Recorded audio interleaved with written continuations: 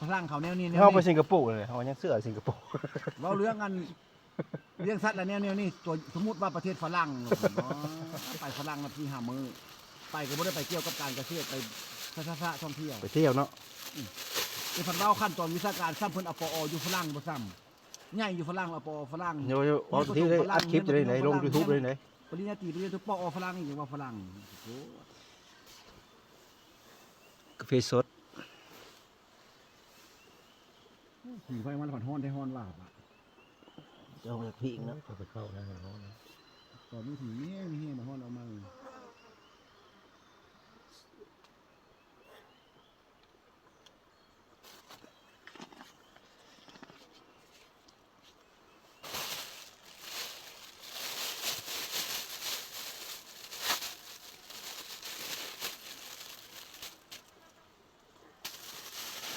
อย่านวดเด้อค่ะอย่านวดเด้ออยากนวดนี่อย่านวดเด้อเอาบ่ล่ะเพิ่นเอาเด้อ โอ้เต็มถ้วยทั้งบ้านไปสดกินเหลือแล้วจักกลางคืนมันแรง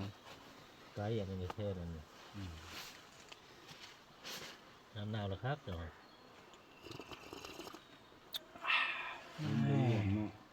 เราล้มร่วงมาซะจังเย็นอยู่นอนมาเอ้าเย็น แรงการกบแล้วแรงนอนบ่ได้ ไม่ได้จะพิชาเด็ดก็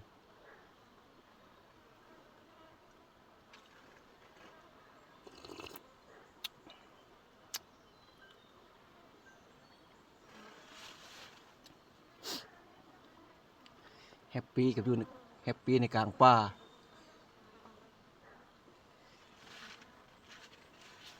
เดือนหน้านี้เพิ่งเลยเดือนหน้าเพราะว่าดอกไม้มันเริ่มเป็นเลย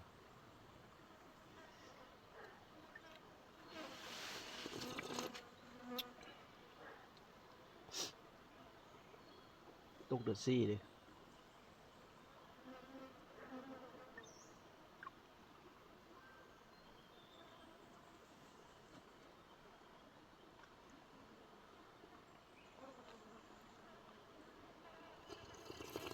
เวียดนามไม่ซี่ละดูป่ะ ถ้านับแต่สิ้นงานที่17หรือ18ขึ้นไปแล้วนี่คือเราดูแต่เราดูบ่จ้าแจ้งดอกไรอยู่ซื่อแต่นับที่วงบิ่งลงไปใต้ก็ไม่ส่งเราดูเฮากันแหละเราดู โอ้แลบไม่ดูจีนนี่มีแต่โซกเราดูนะ เราดูแห้งเราดูแห้งแล้วก็เราดูฝนจ้าแจ้งคือเฮานี่แหละอากาศเฮากับอากาศตั้งแต่ดานังลงไปไสงอนตั้งแต่เธอหลุมเก่าจนเธอไปเฮาปุ๊บไปใต้คือกันเลย ลาวเฮากับตะกี้ก็ส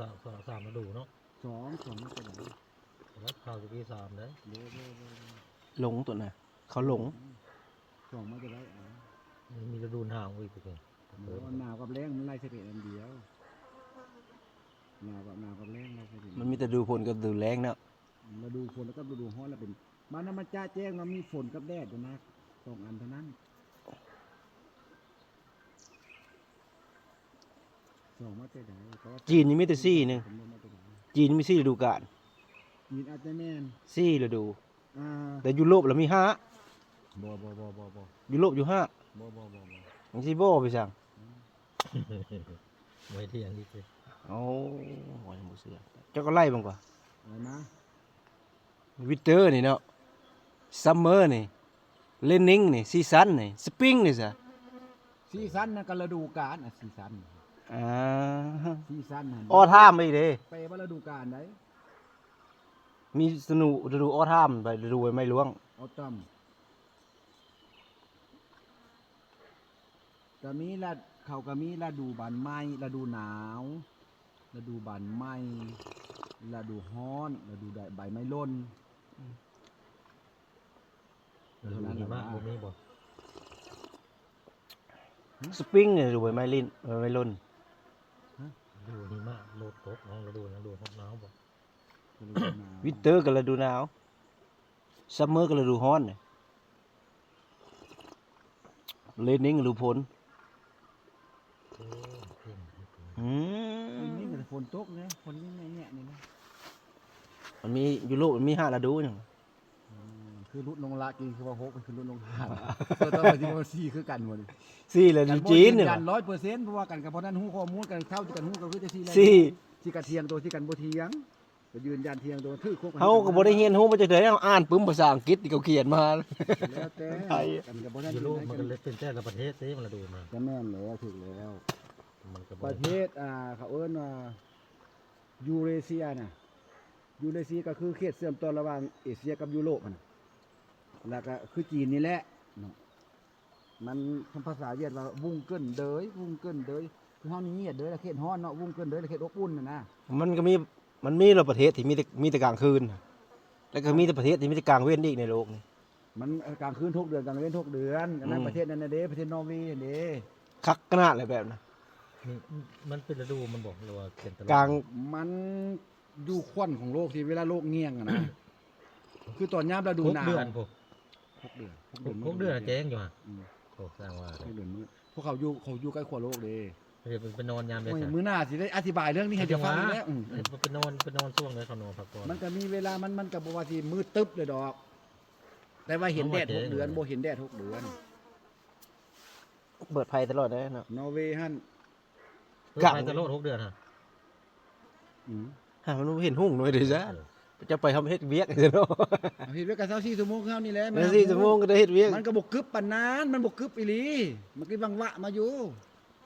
แต่กลางเว้นมันน้อยเนาะช่วงนะ เกือบว่าบ่มีเลย กลางเว้นมันมีแต่2-3ชั่วโมงนึงนะ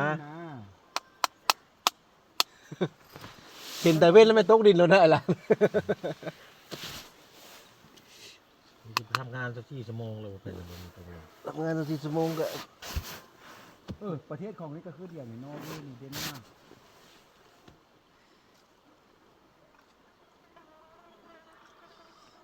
48ใช่ไหม มาแคมปิ้งทางแคมปิ้งอยู่กลางป่าเป็นหมู่ลิงหมู่โค้งอยู่แถวป่า โลกก็คือเดียวแล้วบนน้ำแข็งเปื้อยน้ำแข็ง บ่แม่นว่าเอาชีวิตรอดเด้อบ่แม่นเอาชีวิตไปรอดในกลางป่ามาสบายในกลางป่า มีข้าวให้กินมีกาแฟให้กินมีเต็นท์ให้นอน มีเปลให้นอน มีป้าไม้ให้เบิ่งมีกกไม้ให้เบิ่งมีน้ำให้อาบอันนี้คือการท่องเที่ยวแบบมีความสุขที่สุดในโลกตายเป็นออกสุดยอดสุดยอด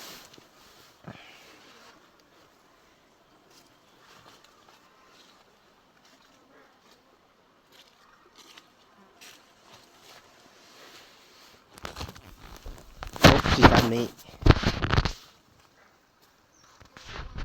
ใส่เสื้อกลมปลาไม้ผมเป็นธรรมดา เสื้อหมู่ระเบ้อนี่ก็แล้วให้